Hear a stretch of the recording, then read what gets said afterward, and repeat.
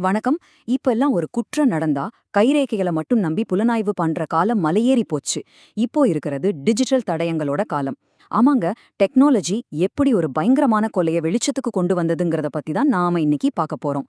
வாங்க, இந்த பெங்களூரு சூட்கேஸ் கொலை வழக்கின் உள்ளே போய் டிஜிட்டல் தடயங்கள் எப்படி கொலையாளியை கண்டுபிடிச்சதுன்னு பார்க்கலாம். யோசிச்சு பாருங்க, ஒரு பரபரப்பான சிட்டி. அதுல ஒரு ஒதுக்குப்புறமான இடத்துல ஒரு சூட்கேஸ் அனாதையா கிடக்குது. உள்ளே என்ன இருக்குன்னு திறந்து பார்த்தா ஒரு செதஞ்சு போன உடம்பு. இந்த கொடூரமான கண்டுபிடிப்பு தான் பெங்களூரு நகரத்தையே உலுக்குன ஒரு பெரிய புலனாய்வுக்கு ஆரம்ப புள்ளியா இருந்துச்சு. ஆரம்பத்துல போலீஸ்க்கு இது ரொம்பவே சவாலா இருந்துச்சு. ஏன்னா சூட்கேஸ்ல இருந்த உடல் யாருன்னே அடையாளம் தெரியல. கொலையாளி யாருன்னு கண்டுபிடிக்கிறதுக்கு நேரடியான எந்த ஒரு தடையும் கிடைக்கல. இந்த கேஸ் ஒரு முடிவே இல்லாத மர்மமா போயிடுமோன்னு எல்லோரும் நினைச்சாங்க. அப்போ இந்த கொலைக்கு பின்னாடி இருந்த நோக்கம் என்ன? ரெண்டே விஷயம்தான். ஒன்னு, கட்டுப்படுத்த முடியாத பேராசை. இன்னொன்னு, கூடவே இருந்த செஞ்ச துரோகம். இந்த ரெண்டு இருண்ட சக்திகளும் ஒன்னா சேர்ந்து ஒரு உயிரை காவு வாங்கிடுச்சு. இதுதான் இந்த புலனாய்வுக்கான முதல் புள்ளி. ஆனா இந்த கேஸோட சுவாரஸ்யமே இங்கதான் ஆரம்பிக்குது. கொலையாளி விட்டுட்டு போனது ரத்தக்கரையோ கைரேகையோ இல்ல. அதுக்கு பதிலா கண்ணுக்கு தெரியாத ஆனா அழிக்கவே முடியாத ஒரு டிஜிட்டல் தடைய விட்டுட்டு போயிருக்கான். சரி, அப்படி என்ன அந்த டிஜிட்டல் தடம்? நவீன தொழில்நுட்பம் இந்த சிக்கலான வழக்க எப்படி ஸ்டெப் பை ஸ்டெப்பா தீர்த்து வச்சதுன்னு இப்ப நாம இன்னும் கொஞ்சம் விரிவா பார்க்கலாமாங்க. டிஜிட்டல் தடைவியல் இல்லனா டிஜிட்டல் ஃபாரென்சிக்ஸ்.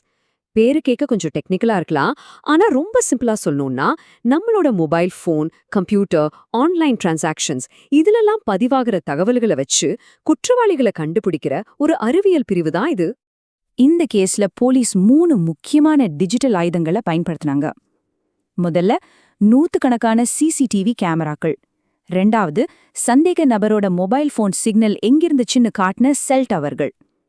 மூணாவது, அவர் செஞ்ச ஆன்லைன் பண பரிவர்த்தனைகள். இந்த 3ம் தான் கொலையாளியை சுத்தி பின்னப்பட்ட டிஜிட்டல் வலை.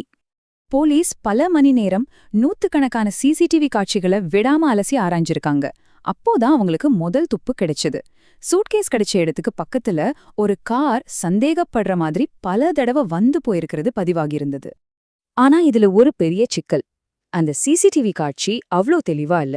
ஒரு மங்கலான படத்துல வண்டியோட நம்பர் பிளேட் சரியாவே தெரியல. இதிலிருந்து எப்படி அந்த காரோட ஓனரை கண்டுபிடிக்கிறது? இது போலீஸ்க்கு மிகப்பெரிய சவாலா இருந்துச்சு. இங்கதான் போலீஸோட புத்திசாலித்தனம் வெளிப்படுது.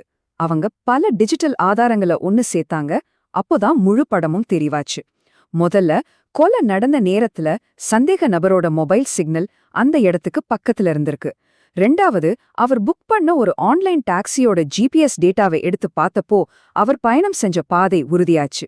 கடைசியா, அவர் ஆன்லைன்ல வாங்கின ஒரு பொருள் இந்த குற்றத்துக்கும் அவருக்கும் நேரடி தொடர்பு இருக்கிறத சந்தேகத்துக்கு இடமில்லாம நிரூபிச்சது. இப்போ பாருங்க, தனித்தனியா கிடைச்ச இந்த டிஜிட்டல் துண்டுகள் எல்லாம் ஒன்னு சேர்ந்து குற்றவாளிய சுத்தி ஒரு இறுக்கமான, தப்பிக்கவே முடியாத வலைய பின்ன ஆரம்பிச்சது. விசாரணையோட ஒரு கட்டத்துல அதுவரைக்கும் சிதறி கிடந்த எல்லா ஆதாரங்களும் ஒன்னா இணைஞ்சது. சாட்சிகள் சொன்னதும் டிஜிட்டல் தடயங்கள் காட்டினதும் ஒரே கதையை சொல்ல ஆரம்பிச்சது. அதுதான் இந்த வழக்கோட முக்கியமான திருப்புமுனை. இந்த காலவரிசையை பாத்தீங்கன்னா உங்களுக்கே புரியும். முதல்ல, கொலை செய்யப்பட்டவரோட போன் சிக்னல் கட் ஆன நேரம். அதே நேரத்துல சிசிடிவில சந்தேக நபரோட கார் பதிவாகிருக்கு. அதுக்கப்புறம் அவர் ஆன்லைன்ல ஒரு பண பரிவர்த்தனை செஞ்சிருக்கார். கடைசியா சூட்கேஸ் வீசப்பட்ட இடத்துல அவரோட போன் சிக்னல் இருந்திருக்கு. பாத்தீங்களா, ஒவ்வொரு டிஜிட்டல் ஆதாரமும் அடுத்த ஆதாரத்துக்கு வழிகாட்டி கச்சிதமா குற்றவாளியை நோக்கி கை காட்டுச்சு. இவ்ளோ வலுவான, மறுக்கவே முடியாத டிஜிட்டல் ஆதாரங்கள் கிடைச்சப்பறம் போலீஸ் கொஞ்சம் கூட தாமதிக்கல. நேரா போய் முக்கிய சந்தேக நபரை கைது செஞ்சாங்க. கைது பண்ணதோட இந்த வழக்கு முடிஞ்சிடுச்சா? இல்ல. இந்த குற்றத்தோட தாக்கம் சமூகத்திலையும் சட்ட அமைப்பிலையும் ரொம்ப பெரிய எதிரொலிகளை ஏற்படுத்துச்சு. இந்த ஒரு கொலை பெங்களூரு நகரத்தையே உலுக்கிடுச்சுன்னு சொல்லலாம். பொது இடங்களுக்கு போகவே மக்களுக்கு ஒருவிதமான பயம் வந்துடுச்சு. சில பேர், அதாவது லக்பக் 50% மக்கள், இன்னும் அதிகமான சிசிடிவி கேமராக்கள் வேணும்னு கேட்டாங்க. ஆனா இன்னொரு பக்கம், பாதுகாப்புக்காக நம்மளோட டிஜிட்டல் பிரைவசிய எந்த அளவுக்கு அரசாங்கத்திடம் கொடுக்கலாம்னு ஒரு பெரிய விவாதம் ஆரம்பிச்சது. சரி, போலீஸ் குற்றவாளியை கண்டுபிடிச்சிட்டாங்க. ஆனா அத கோர்ட்டுல நிரூபிக்கணுமே, அதுவும் டிஜிட்டல் ஆதாரங்களை வச்சு நிரூபிக்கிறதுல நிறைய சட்ட சிக்கல்கள் வந்துச்சு. இந்த டேட்டா உண்மையானது தானா, யாராவது மாத்திட்டாங்களா, இந்த டிஜிட்டல் தடத்துக்கும் கொலை செய்யணுங்கிற நோக்கத்துக்கும் என்ன நேரடி சம்பந்தம்னு இப்படி பல கேள்விகளுக்கு பதில் சொல்லி ஒரு பெரிய சட்ட போராட்டமே நடத்த வேண்டியிருந்தது. ஆனா ஒண்ணு மட்டும் நிச்சயம், இந்த ஒரு கேஸ் அந்த பகுதியில போலீஸ் இனிமேல் எப்படி குற்ற வழக்குகளை விசாரிக்கணுங்கிற முறையையே மொத்தமா மாத்திடுச்சு.